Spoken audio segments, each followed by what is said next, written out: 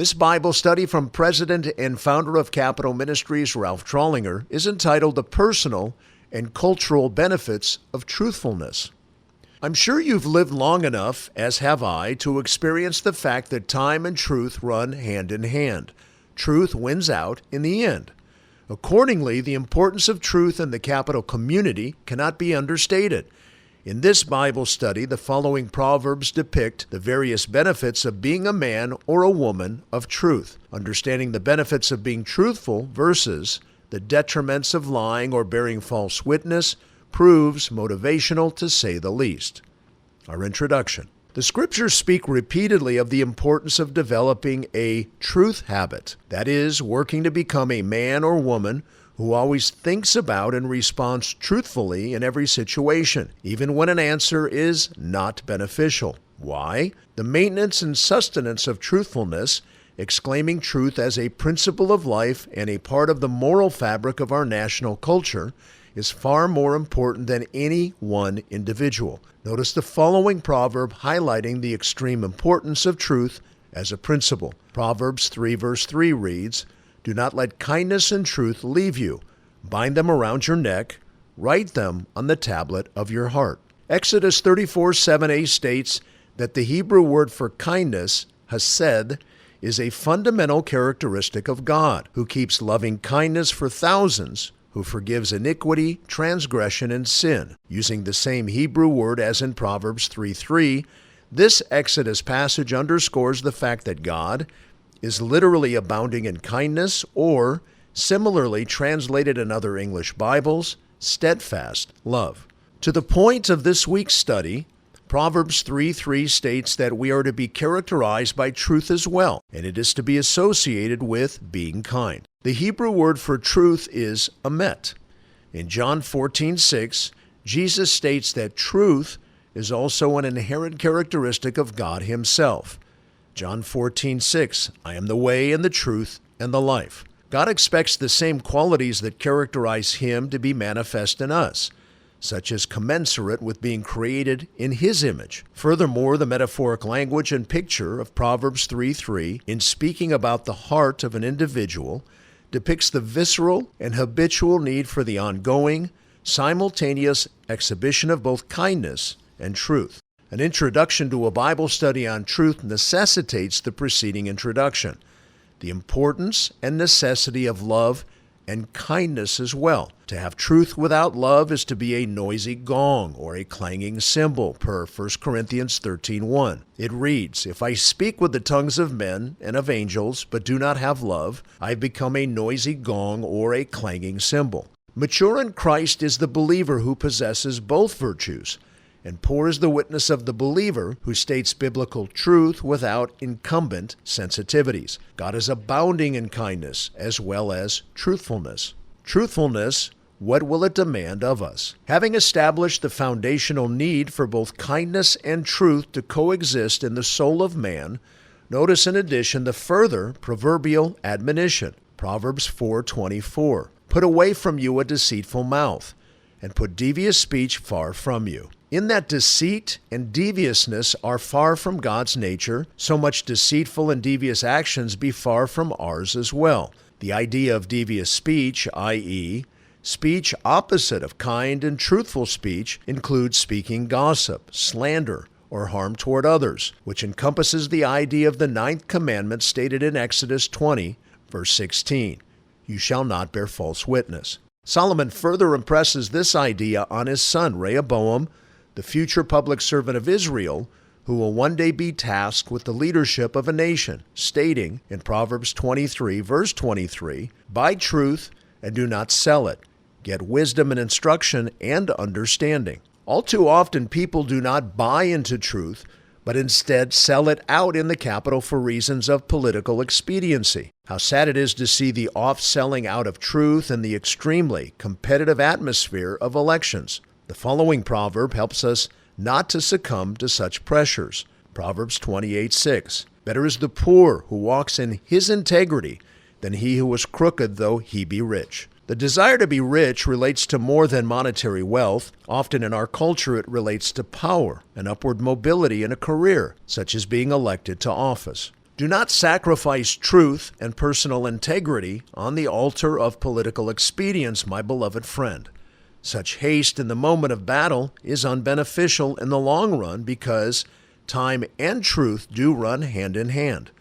We should deem truth to be more valuable than ourselves or our careers. I'm afraid this idea is largely lost in America today. Is your highest good in your career winning the next election? Is truth subservient to that goal? May it not be so. God will honor your being principled versus expedient. Commit yourself to being a man or a woman of truth today. Think of it this way. In the specific terms of an election, being truthful today may cost me an election, but in so doing, truthfulness may set me up for what God has next in store for me. Truth demands this of me. Truthfulness, what will it do for us? Sometimes being truthful will cost us dearly, but God will honor our truthfulness. What follows are some of those benefits. A. Good relationships with others. Proverbs 16:6.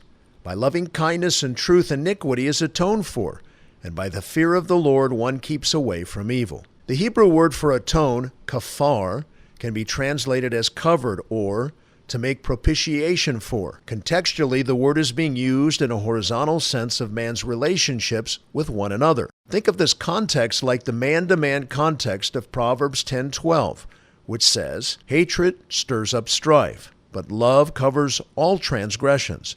We avoid undue calamity in personal relationships by characteristic and simultaneous speech and actions of the same words used in Proverbs 3:3, loving kindness and truthfulness. Via proper fear of the Lord, we are motivated to avoid behaving sinfully, being harsh or lying in interpersonal relationships. Behaving sinfully leads to relational disaster. On the other hand, proportional to our habitual love and truthfulness will be our interpersonal relationship success. B. Intimacy with God. Proverbs 12:22. Lying lips are an abomination to the Lord, but those who deal faithfully are His delight. The Hebrew word for faithfully, emunah, means firmness and steadfastness. In other words, to learn to speak the truth firmly and consistently is to find delight with God. No doubt being straightforward demands courage. How firm are we in speaking the truth? Do we speak with kindness? What a tension and balance this is. Personally, I wish I were much better at this. Conversely, Proverbs 3:32 says, for the devious are an abomination to the Lord, but He is intimate with the upright. The English word for devious is from the root to deviate, meaning to deviate from a right, accepted or common course, astray. This apt English translation for the Hebrew word luz can also be translated as twisted. God finds people who turn aside the truth, i.e., twist truth to be abominable. That's not a good thing. Notice that Proverbs 12:22 and 3:32 connect lying lips and deviousness, respectively, to not having delight and intimacy with God. If we want to have and sense delight and intimacy with God, we must be truthful. People in the capital community should be ardent searchers for truth, strongly condemning any and all forms of deviation, if for no other reason than as a result of their sense of closeness to God. The ultimate source of truth is the Bible. Historically, the Word of God has always been the reliable final arbitrator as to what is truthful. Again, Jesus not only underscores the treasure of truth, but personifies it in John 14:6, when He states, I am the way and the truth and the life. We must therefore become Bible students to develop in truthfulness in order to be increasingly pleasing to God. Remember, a judgment day is coming for both the believer and unbeliever, wherein everyone will answer for every deviation from truth. Proverbs 14:2, he who walks in his uprightness fears the Lord, but he who is devious in his ways despises Him. Not only does keeping the truth benefit our personal relationships and our intimacy with God, but it builds our sense of personal integrity. C. Personal integrity. Solomon personifies wisdom in chapter 8 of the book of Proverbs. As he defines her in verses 7 and 8, he states further characteristics of wise people. Proverbs 8, 7 through 8. For my mouth will utter truth, and wickedness is an abomination to my lips. All the utterances of my mouth are in righteousness. There is nothing crooked or perverted in them.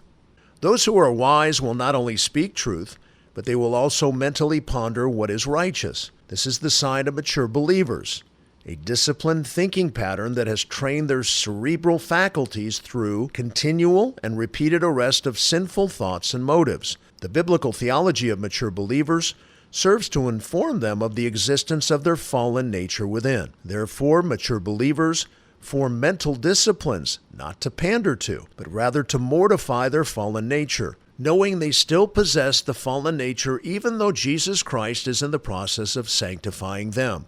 Do we take the care often necessary to mentally arrest our sinful nature and its propensity for evil thinking? The following proverb depicts the need to form this critical habit. Proverbs 17:20. He who has a crooked mind finds no good, and he who is perverted in his language falls into evil. Personal integrity is impossible to achieve in a crooked mind, the seedbed of perverted language, and both are watershed precursors to falling into evil. Nipping our thinking in the bud will help in maintaining a sense of personal integrity. Do not let the horse get out of the barn. Again, we cannot pander to our fallen nature. We must starve it instead.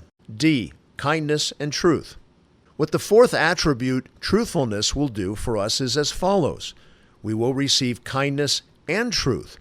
By keeping those virtues, we will receive those virtues. After all, what goes around comes around. For certain, attitudinal premeditation is a determinative aspect of relational success or failure. Deciding beforehand to do another good or evil is the thought in the following proverb. Proverbs 14:22. Will they not go astray who devise evil? But kindness and truth will be to those who devise good. When we premeditate on ways to devise good to another, kindness and truth will accrue. Give and it will be given to you, states Luke 6:38. We reap what we sow, states Galatians 6:7. E, longevity and perseverance. The fifth benefit of what truth will do for us can be gleaned from Proverbs 12:19. Being truthful develops perseverance and extends longevity. Proverbs 12:19. Truthful lips will be established forever, but a lying tongue is only for a moment. To my point in the opening preamble of this Bible study, time and truth run hand in hand. Lies are eventually exposed. Truth, however, endures. Truthfulness carries not only the idea of veracity and accuracy, but also of durability, permanence, and reliability, states a leading commentator on Proverbs. Looking for longevity and perseverance in office? Then become a habitual truth teller. When we try to shade things to benefit others, this ploy will be disclosed, especially in elections, where opposition researchers abound. F, admirable behavior. Proverbs 21:8. The way of a guilty man is crooked, but as for the pure, his conduct is upright. Conduct refers to the way and work of an individual, stressing his or her personal integrity or lack thereof. Crooked behavior evidences someone who is guilty of something, whereas upright behavior points to a clear conscience. The former has something to hide, the latter does not. How much easier it is to live without hiding things. A wonderful benefit of forming habitual truthfulness is the commensurate admirable behavior that results. Coach Wooden had another way of saying this: work on your character, not your reputation. I think he took that statement from Proverbs 28:6. G, accurate communications. The following proverb is from a series known as The Sayings of the Wise. Proverbs 22:21 speaks to our ability to become an accurate conveyor of truth to another. Proverbs 22:21 says, to make you know the certainty of the words of truth that you may correctly answer him who sent you. In a day largely void of writing materials, the verbal conveyance of truth was critically important. Trust in a messenger is addressed 4 times in Proverbs: 10:26, 13:17, 25:13, and chapter 26, verse 6. The conveyor must continually avoid exaggeration and dwell on certainty. Such a discipline is within the corpus of being a truthful person. A truth teller, both then and now, needs to accurately convey what is told to him by another. Being committed to truth will make us men or women who are increasingly committed to and manifesting of accuracy and precision. These 7 virtues, 7 triumphal treasures of truthfulness, will inure to our benefit if we determine to be men or women of veracity. Truthfulness, how will it defend us? Longman, in his great commentary on the book of Proverbs, states in regards to Proverbs 20:28, quote, "It is through constant faithfulness between all parties involved that productive governance can take place and the king himself can avoid usurpation." End quote.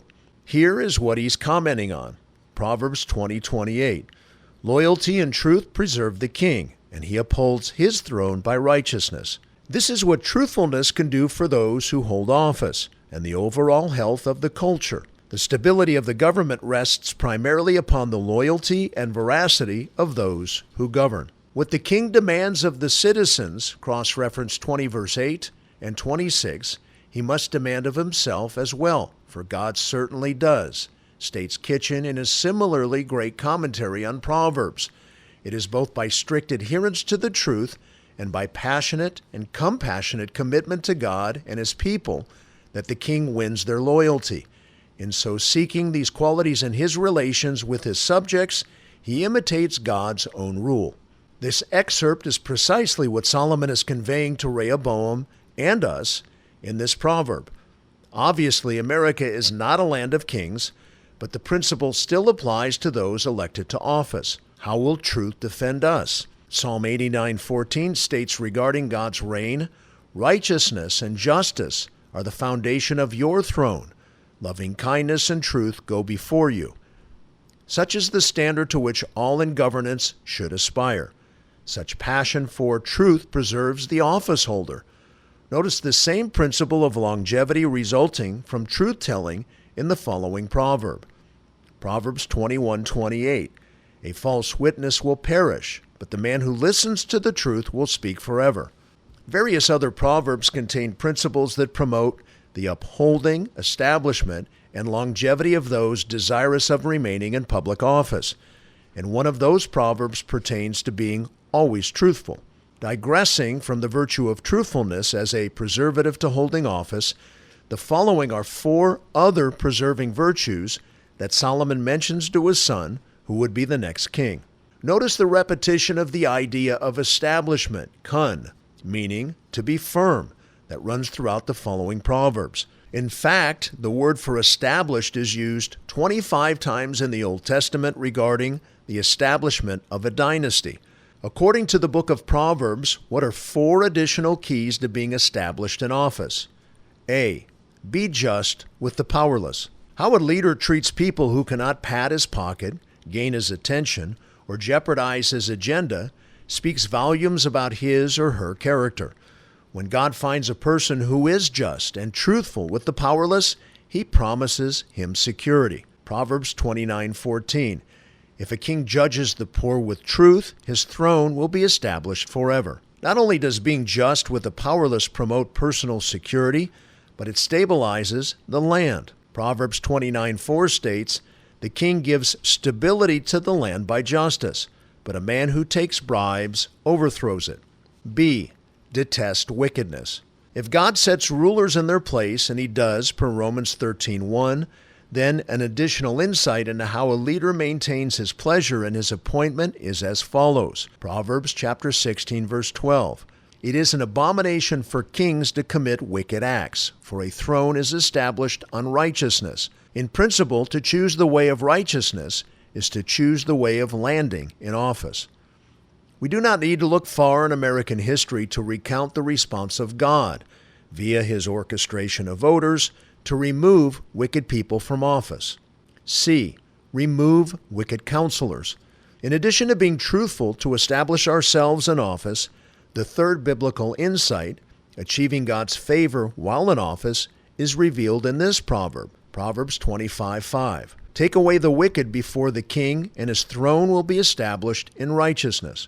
Rehoboam, to whom Solomon wrote this proverb, is the classic example of its violation. He refused in his reign to listen to the right advisors, choosing his high school buddies over his dad's, proven, seasoned professionals led to his devastating failure. How important it is to prune the unrighteous and disloyal from the leader's midst. To do so is to gain longevity in leadership. Do not underestimate the deleterious effect that bad staff can have on achieving your purpose or purposes in life. D. Stop oppression and unjust gain. No one needs to be convicted that graft is corrupting. Yet still, these practices determine the course of many leaders and governments today. Proverbs chapter 28, verse 16 reads, "A leader who is a great oppressor lacks understanding, but he who hates unjust gain will prolong his days." If the principle of this proverb is accurate, those who are dishonest will be removed from power. Time and truth run hand in hand. The prolonging of a leader is related to his integrity regarding bribes, whether direct or indirect. These four keen biblical insights, in addition to being truthful, relate to how we please God and maintain His blessing relative to His appointment to serve in government. In addition to being truthful, be just with the powerless, detest wickedness, remove wicked counselors, and stop oppression and unjust gains. God will honor and establish those office holders who keep these additional four virtues in view. Our conclusion: truthfulness is part of God's very nature. Jesus will manifest a perfectly truthful governance when He returns to rule the world. And even though we presently live in a fallen world, all leaders should be motivated by the fear of God and the benefits listed in this study to discipline themselves to truthful thinking, speech, and behavior. The following closing proverb is fitting. Proverbs chapter 30, verses 7 through 8. "Two things I ask of you. Do not refuse me before I die. Keep deception and lies far from me. Give me neither poverty nor riches. Feed me with the food that is my portion." All of us can easily be deceived. We often think we're smarter than we are. We can be unaware of the craft or trickery of others. Herein, Solomon prays that God would protect him from himself, that he would not be void of the truth. May such be the case in the prayer of both you and me, and may the virtue of truth remain a vital aspect in American culture. This concludes our Bible study for this week. May God bless you deeply. Thank you for all you do in our great country and on the Hill. This is Frank Sontag.